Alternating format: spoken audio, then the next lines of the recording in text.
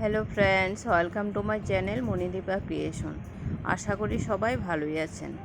আজ রান্না করব কোয়াশ আর আলু দিয়ে একটা নিরামিষ তরকারি। প্রথমে সবজিগুলো কেটে ভালো করে ধুয়ে নিলাম। এবার কোয়াশগুলো একটু সিদ্ধ করে নেব। সিদ্ধ করে জলটা ফেলে দেব। রান্নার জন্য মশলা করে নেব জিরে আর লঙ্কা। মশলা বাটা হয়ে গেছে। এখন ভিজিয়ে রেখেছিলাম মসুর ডালগুলো বেটে নেব।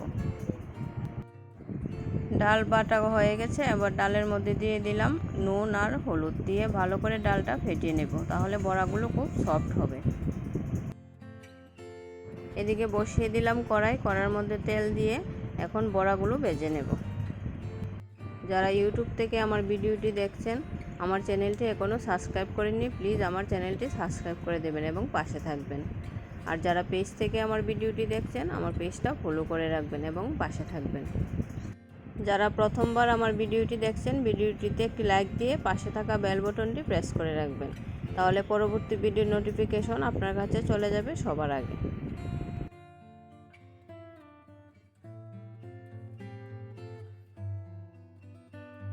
দেখুন বন্ধুরা, বড়াগুলো খুব সুন্দর করে ভেজে নিলাম। এবার আলুগুলো একটু নুন আর হলুদ দিয়ে ভেজে নেব। নিরামিষ একটা রেসিপি গরমের দিনের জন্য একদম পারফেক্ট। এমন গরমে এমন তরকারি খাওয়া দরকার।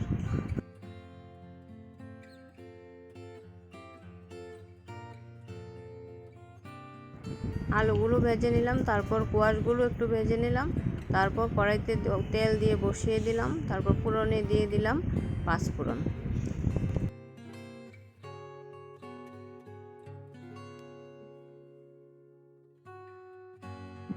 তারপর দিয়ে দিলাম বেটে রাখা মশলা আর পরিমাণ মতো নুন আর হলুদ।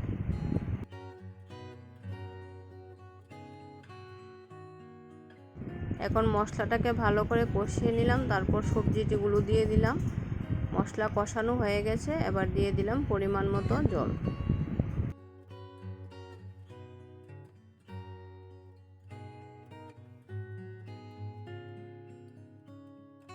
সবজিগুলো সিদ্ধ হয়ে গেছে, এবার দিয়ে দিলাম বড়াগুলো। এখন 5 মিনিট জাল করে নামিয়ে নেব। তারপর দিয়ে দিব ঘি আর গরম মশলা। ভিডিওটি শেষ পর্যন্ত দেখার জন্য আপনাকে অসংখ্য ধন্যবাদ।